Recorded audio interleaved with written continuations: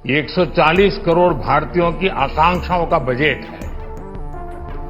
ये हर भारतीय के सपनों को पूरा करने वाला बजट है। किसान क्रेडिट कार्ड की लिमिट 5 लाख तक होने से उन्हें ज्यादा मदद मिलेगी। अब इस बजट में 12 लाख रुपए तक की आय को टैक्स से मुक्त कर दिया गया है।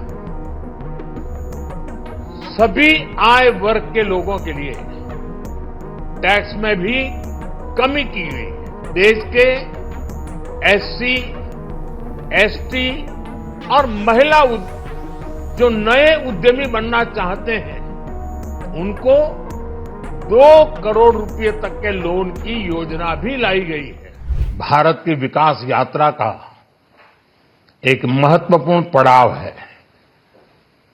ये 140 करोड़ भारतीयों की आकांक्षाओं का बजट है। ये हर भारतीय के सपनों को पूरा करने वाला बजट है। हमने कई सेक्टर्स युवाओं के लिए खोल दिए हैं।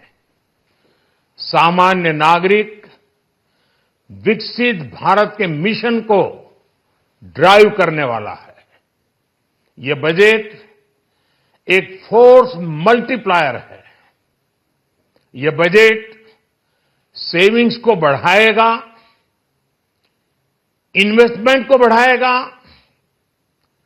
कंजम्पशन को बढ़ाएगा और ग्रोथ को भी तेजी से बढ़ाएगा। मैं वित्त मंत्री निर्मला सीतारमण जी और उनकी पूरी टीम को इस जनता जनार्दन का बजट, पीपल्स का बजट, इसके लिए बहुत बहुत बधाई देता हूं। साथियों, आमतौर पर बजट का फोकस इस बात पर रहता है कि सरकार का खजाना कैसे भरेगा, लेकिन ये बजट उससे बिल्कुल उल्टा है।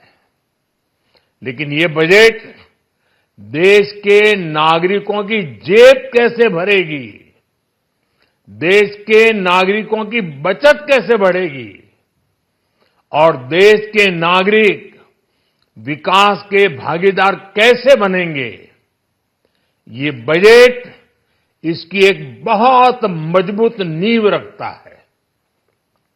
साथियों, इस बजट में रिफॉर्म की दिशा में महत्वपूर्ण कदम उठाए गए हैं। न्यूक्लियर एनर्जी में प्राइवेट सेक्टर को बढ़ावा देने का निर्णय बहुत ही ऐतिहासिक है।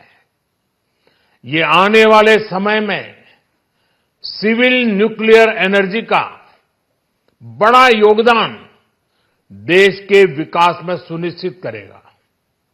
बजट में रोजगार के सभी क्षेत्रों को हर प्रकार से प्राथमिकता दी गई है। लेकिन मैं 2 चीजों पर ध्यान आकर्षित करना चाहूंगा। उन रिफॉर्म्स की मैं चर्चा करना चाहूंगा जो आने वाले समय में बहुत बड़ा परिवर्तन लाने वाले हैं। एक, इंफ्रास्ट्रक्चर स्टेटस देने के कारण भारत में बड़े शिप्स के निर्माण को बढ़ावा मिलेगा। आत्मनिर्भर भारत अभियान को गति मिलेगी और हम सब जानते हैं कि शिप बिल्डिंग ये सर्वाधिक रोजगार देने वाला क्षेत्र है। उसी प्रकार से देश में टूरिज्म के लिए बहुत संभावना है। महत्वपूर्ण 50 टूरिस्ट डेस्टिनेशन, वहां पर जो होटल्स बनाएंगे उस होटल को पहली बार इंफ्रास्ट्रक्चर के दायरे में लाकर टूरिज्म पर बहुत बल दिया है। इससे हॉस्पिटैलिटी सेक्टर को, जो रोजगार का बहुत बड़ा क्षेत्र है, और टूरिज्म जो रोजगार का सबसे बड़ा क्षेत्र है, एक प्रकार से चारों तरफ रोजगार के अवसर पैदा करने वाला एक क्षेत्र को ऊर्जा देने वाला काम करेगा। आज देश विकास भी, विरासत भी इस मंत्र को लेकर चल रहा है। इस बजट में भी इसके लिए भी बहुत महत्वपूर्ण और ठोस कदम उठाए गए हैं। 1 करोड़ पांडुलिपियों के लिए संरक्षण के लिए, मैन्युस्क्रिप्ट के लिए ज्ञान भारतम मिशन लॉन्च किया गया है। साथ ही भारतीय ज्ञान परंपरा से प्रेरित एक नेशनल डिजिटल रिपोजिटरी बनाई जाएगी।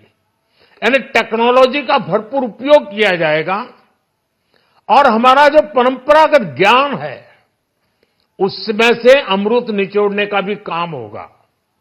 साथियों, बजट में किसानों के लिए जो घोषणा हुई है वो कृषि क्षेत्र और समूची ग्रामीण अर्थव्यवस्था में नई क्रांति का आधार बनेगी।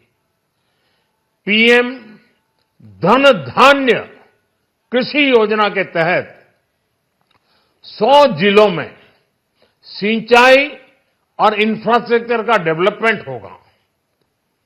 किसान क्रेडिट कार्ड की लिमिट 5 लाख तक होने से उन्हें ज्यादा मदद मिलेगी। साथियों, अब इस बजट में 12 लाख रुपए तक की आय को टैक्स से मुक्त कर दिया गया है। सभी आय वर्ग के लोगों के लिए टैक्स में भी कमी की गई है। इसका बहुत बड़ा फायदा हमारे मिडिल क्लास को, नौकरी पेशे करने वाले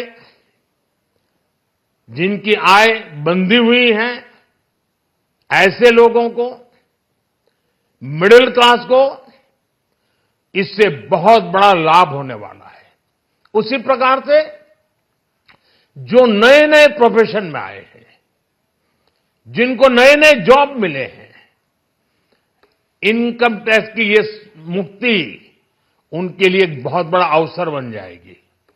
साथियों, इस बजट में मैन्युफैक्चरिंग पर 360 डिग्री फोकस है ताकि एंटरप्रेन्योर्स को, एमएसएमईज को, छोटे उद्यमियों को मजबूती मिले और नई जॉब पैदा हो।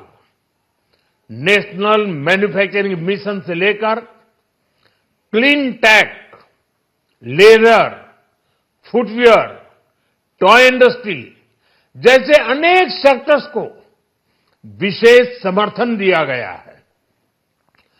लक्ष्य साफ है कि भारतीय प्रोडक्ट्स ग्लोबल मार्केट में अपनी चमक बिखेर सके। साथियों, राज्यों में इन्वेस्टमेंट का एक वाइब्रेंट कॉम्पिटिटिव माहौल बने, इस पर बजट में विशेष जोर दिया गया है। एमएसएमईज और स्टार्टअप के लिए क्रेडिट गारंटी को दोगुना करने की घोषणा भी हुई है।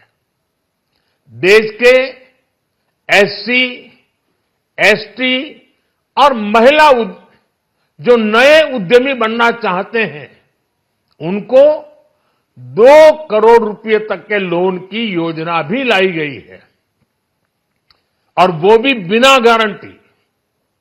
इस बजट में न्यू एज इकोनॉमी को ध्यान में रखते हुए गीग वर्कर्स के लिए बहुत बड़ी घोषणा की गई है। पहली बार गीग वर्कर्स का ई श्रम पोर्टल पर रजिस्ट्रेशन किया जाएगा। इसके बाद इन साथियों को स्वास्थ्य सेवा और दूसरी सोशल सिक्योरिटी स्कीम्स का लाभ मिलेगा। ये डिग्निटी ऑफ लेबर, इसके प्रति श्रम एव जयते के प्रति सरकार के कमिटमेंट को दर्शाता है। रेगुलेटरी रिफॉर्म से लेकर फाइनेंशियल रिफॉर्म्स, जन विश्वास 2.0 जैसे कदमों से मिनिमम गवर्नमेंट और ट्रस्ट बेस्ड गवर्नेंस के हमारे कमिटमेंट को और बल मिलेगा। साथियों, ये बजट न केवल देश की वर्तमान आवश्यकताओं को ध्यान में रखता है, बल्कि हमें भविष्य की तैयारी करने में भी मदद करता है। स्टार्टअप के लिए deep tech fund, geospatial mission और न्यूक्लियर एनर्जी मिशन ऐसे ही महत्वपूर्ण कदम है। मैं सभी देशवासियों को एक बार फिर इस ऐतिहासिक पीपल्स बजट की बधाई देता हूं और फिर एक बार वित्त मंत्री जी को भी बहुत बहुत बधाई देता हूं।